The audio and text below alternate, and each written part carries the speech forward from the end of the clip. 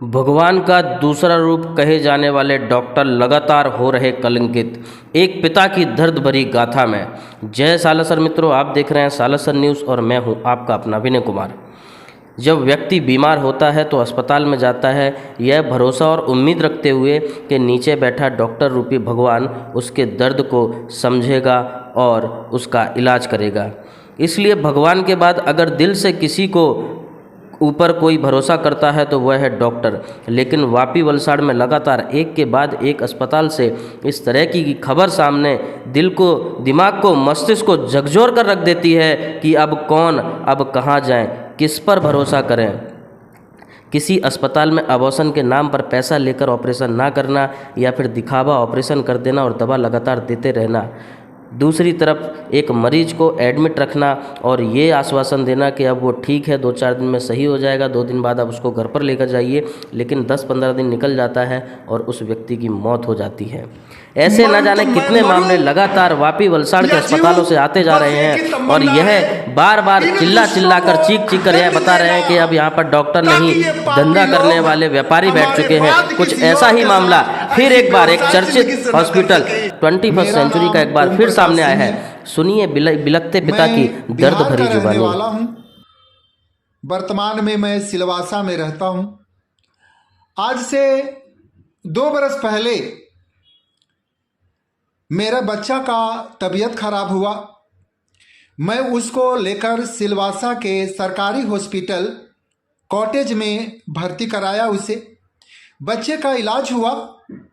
जिस दिन बच्चा को छुट्टी हो रहा था उस दिन उस हॉस्पिटल के एक डॉक्टर, जिसका नाम नवीन अग्रवाल है, उन्होंने बताया कि आपके बच्चे को हार्ट में प्रॉब्लम है, इसलिए आप इसको मेरे निजी हॉस्पिटल पे वापी लेकर आइए।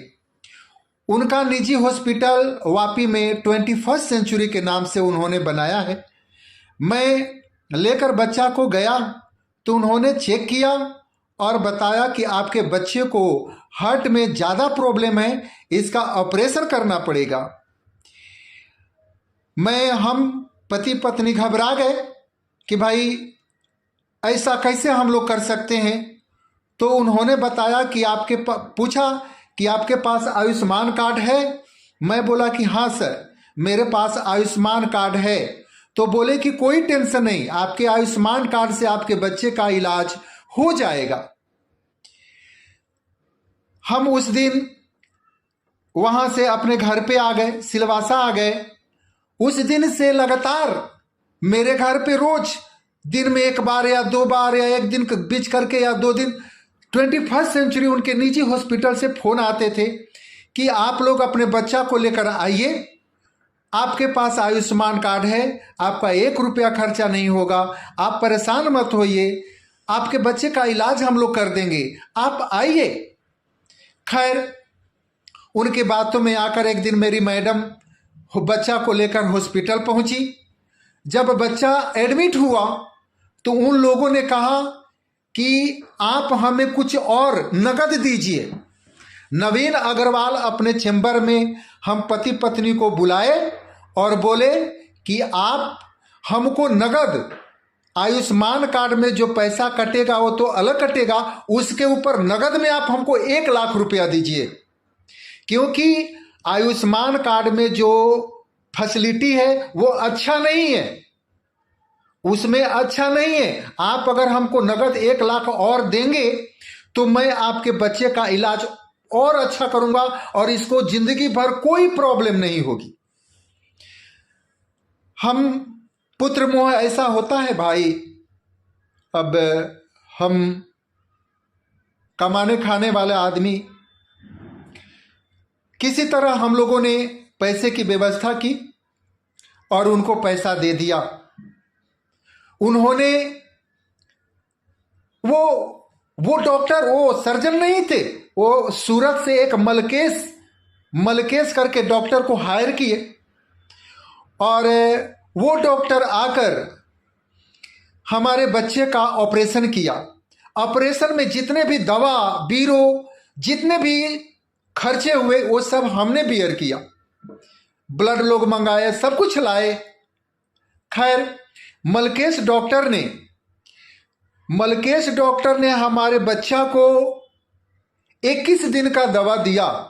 बोले कि आपको 21 दिन के बाद लेकर बच्चा को आना है और ये दवा खिलाते रहना है। 8 दिन के बाद टक्का कटाने के लिए नवीन अग्रवाल ने हमको बुलाया और मलकेश के डॉक्टर को दवा जो उन्होंने लिखा था उस दवा को काट दिया और जो हमने दवा वो खरीद रखी थी वो भी उन्होंने फेंकवा दिया और उन्होंने अपना दवा शुरू किया। खैर वो हमें क्या पता, हम तो उनके दवा को खिलाने लगे।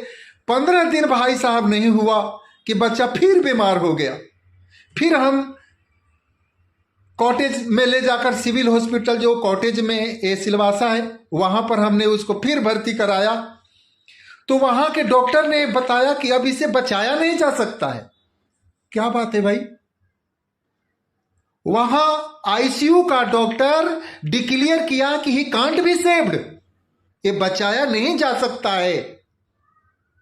इसके शरीर का तमाम ब्लड इसके हथेली में जाकर जमा हो गया है और इसका हार्ट ब्लॉक हो गया है। खैर भाई साहब, हम पति पत्नी का क्या हाल हुआ होगा और कैसी दशा हुई होगी आप लोग महसूस कर सकते हैं। उस दिन नवीन डॉक्टर हॉस्पिटल आए थे। जब हमने उनसे ये बात कही तो ऐसा रिएक्ट कर रहे थे जैसे वो मेरे को जानते भी नहीं है।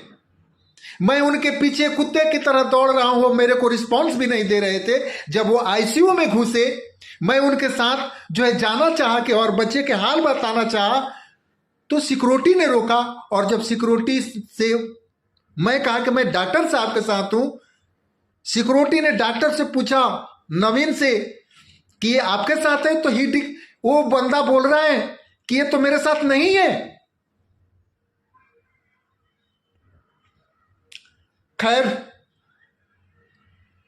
अब हम बाप हैं भाई, हम एक अपने बच्चा के बाप हैं, हमें तो पूछना ही है उनसे। खैर निकले, मैं गेट पर खड़ा था और बोला कि साहब आपने आयुष्मान कार्ड के ऊपर 1 लाख रुपया हमसे लिया और प्रॉमिस किया था कि आपके बच्चे को जिंदगी में कोई प्रॉब्लम नहीं आएगी। आखिर ये 15 दिन के ही अंदर मेरे बच्चे को बीमार हो गया, कैसे हो गया? और वो डॉक्टर क्या बोलता है कि आपके बच्चे को बचाया नहीं जा सकता है। ये क्या है? नवीन अग्रवाल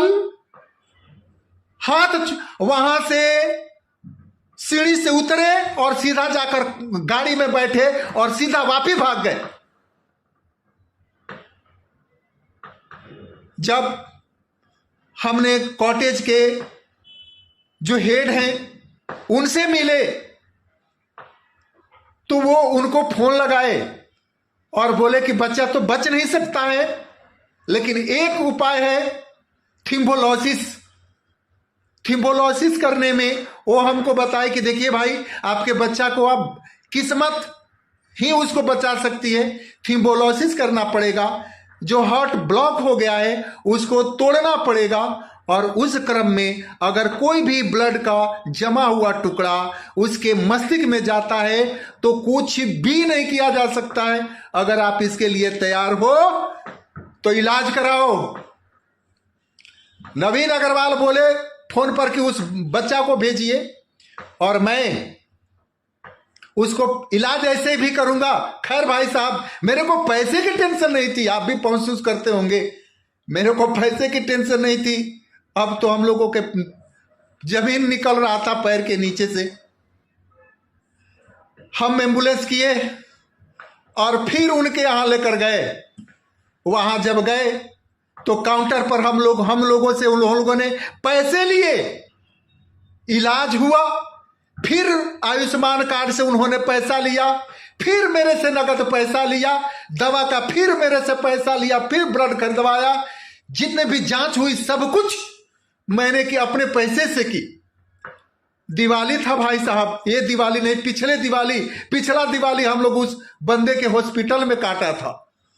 वो बंदा डॉक्टर 5-6 दिन के बाद हॉस्पिटल में आए और उनकी अशिष्टता और अभद्रता को देखकर मैं क्या कहूं, ऐसे पसर कर कुर्सी पर वो बंदा बैठा और बोला कि तेरा बच्चा 100% तो नहीं हुआ, तू अब इसको घर ले जा। बताओ भाई साहब, हमें उस दिन महसूस हुआ कि मैं ठगा गया। ये डॉक्टर नहीं है, ये दुकानदार हैं। हम एक दुकानदार, एक व्यापारी के चंगुल में फंस गए। खैर, हमने बोला कि भाई साहब पैसे की चिंता मत करो, हम जितना भी लगेगा हम देंगे, आप इलाज करो। खैर, मैं इलाज कराता रहा। बच्चा को मैं रिलीज कराकर वहां से लाया।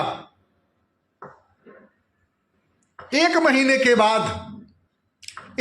के बाद वो टाका जहां उन्होंने दिया था मलकेश ने, वो टाका से मवाद आने लगा।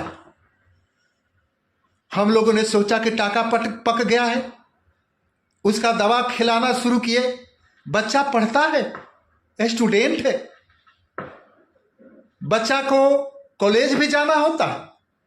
खैर, हम लोग दवा खिलाना शुरू किया। दवा खिलाते ठीक होता, फिर मवाद आता। ऐसे भाई साहब आज 2 बरस से हम लोग अपने बच्चा को दवा खिला कर उसको, उसकी जिंदगी को लेकर चल रहे हैं। जब हम लोगों ने यह जख्म ठीक नहीं हुआ तो पीजीआई चंडीगढ़ में दिखाया। वहां के डॉक्टर ने कुछ रिपोर्ट की, एम्स में दिखाया। एम्स के डॉक्टर ने तो सीधा मना कर दिया कि हम इसमें हाथ ही नहीं लगा सकते हैं, ये इतना क्रिटिकल है। हॉस्पिटल पे हॉस्पिटल भाई साहब हम लोग बदलते गए, और हॉस्पिटल वालों ने, बड़े बड़े हॉस्पिटल वालों ने जवाब देता गया कि हमारे बस की बात नहीं। मलकेश के पास हम लोगों ने फिर संपर्क किया। वहां पर गए तो मलकेश फिर आदत बस वो बंदा फिर पैसे की डिमांड किया, और नहीं तो और जांच के नाम पर एक लेबोरेटरी में भेजे जहां पर मेरे से 40,000 आदमी को रुपया मांगा जांच करने के लिए। उसके बाद हमने फिर सरकारी तंत्र को पकड़ा, और आज भाई साहब मेरा बच्चा ठीक नहीं है। अफसोस कि इतने प्रयास के बाद भी वो ठीक नहीं है। हम लोग क्या करें, एक साधारण इंसान, हम अपना घर चलाएं, महीने में 4,000 रुपए की उसको दवा खिलानी होती है। डॉक्टर ने यह डिक्लेयर कर दिया कि अब इसके आगे इसको दवा नहीं खिलाया जा सकता, इसका शरीर गल जाएगा। हम सब कहां जाए, किससे कहें? वो नवीन अग्रवाल वैसे तो अपने को डॉक्टर कहते हैं, और वो मलकेश, इन दोनों ने मेरे को लूट लिया। पैसा लूट लेता तो मेरे को कोई कम नहीं है भाई। उन लोगों को मैं अपना जमीन जायदाद सब कुछ बेच के दे देता। हम लोगों के आंखों से, हम लोगों के गोदी से हम लोगों के बच्चे को छीनना शुरू कर दिया। वो इंसान एक मां के गोदी से बच्चा छीन लिया, अपने व्यवसाय को चलाने के लिए हमारे बच्चे का बलि का बकरा बना दिया। भाई साहब, हम पति पत्नी, बेशक क्या होगा ये अंजाम तो हम लोगों को पता नहीं है। परेशान होकर हम लोग आत्महत्या नहीं कर सकते, हम लोग आत्महत्या नहीं कर सकते, लेकिन पुत्र के शोक जब दशरथ नहीं बर्दाश्त कर सके तो हम लोग इस प्रकृति से ऊपर नहीं है। यह बाप, मरण तो मैं मरूं या जीऊं, बस एक ही तमन्ना है, इन दुष्टों को दंड देना, ताकि ये पापी लोग हमारे बाद किसी और के साथ ऐसी व्यवसाय जिंदगी से न कर सके। आप लोग मेरे को मदद करो इन दुष्टों को दंड दिलवाने में। मुझे न्याय चाहिए, न्याय चाहिए मुझे। ये पापी लोग चंद पैसे कमाने के लिए हम लोगों के बाल बच्चे की जिंदगी तक नहीं समझते।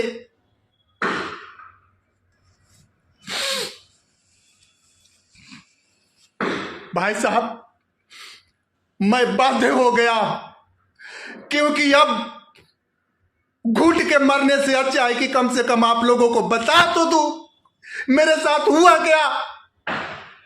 अपने जिंदगी की पाई पाई कमाकर इन बच्चों को पढ़ाने में लगा दिया, और ये पापी लोग मेरे बच्चे की जान लेने पर तुले।